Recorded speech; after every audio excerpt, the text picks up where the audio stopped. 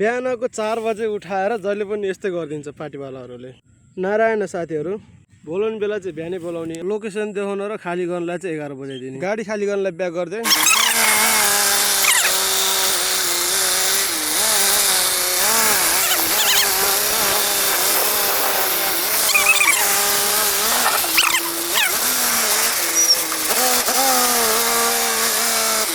गाडी पार्किङ गयो अनलोडको लागि र साथी मलाई बासले हान्ला त पाराले जिस्किरहेको छ। गाडीको टायर पड्किनलाई चाहिँ आज बाल बज्छ के साला। यो पाइप रहेछ हेरेर गोलो गोलो, त्यो पाइपमा सटेर कट चाहिँ हल्का लागेछ र हामी लाग्यौँ खाना पकाउनलाई पानी सानी भर्न। पानी भरे फर्किँदाखेरि दाइहरूले चाहिँ 1 छली जति माल चाहिँ झारी स्याहार गाडीमा बस्न नसकेर म चाहिँ निस्केँ चौतारीतिर। त्यहाँनिर एकजना दाइले चाहिँ गुलेली पानी बारे।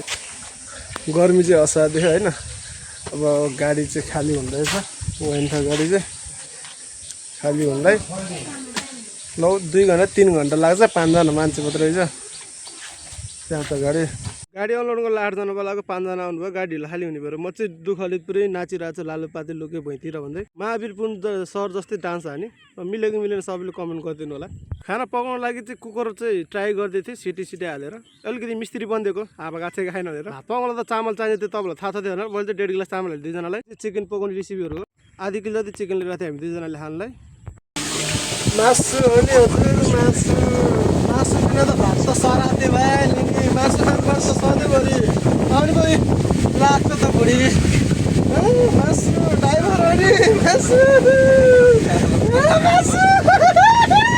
हेर मुखबाट ल्याल्छु किन खायो नि के भा ल्याल्छु त। ए अहिले खाएको पनि देखाउँछ लाटोमा हेर्ने नि सेटोलाई मलाई फेरि भन्छ खानाखानीको जुनै सधैँ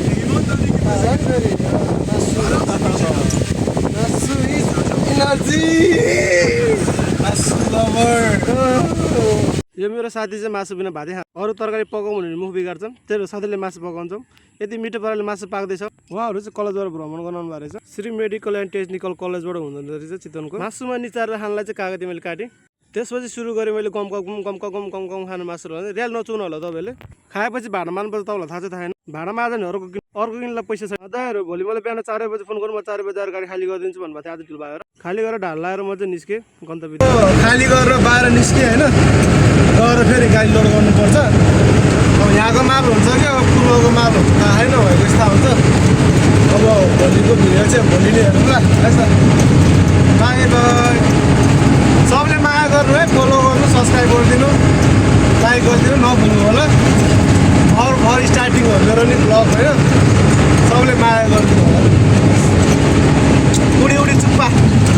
म चाहिँ गाडी लोड गर्न आइपुगिसकेँ।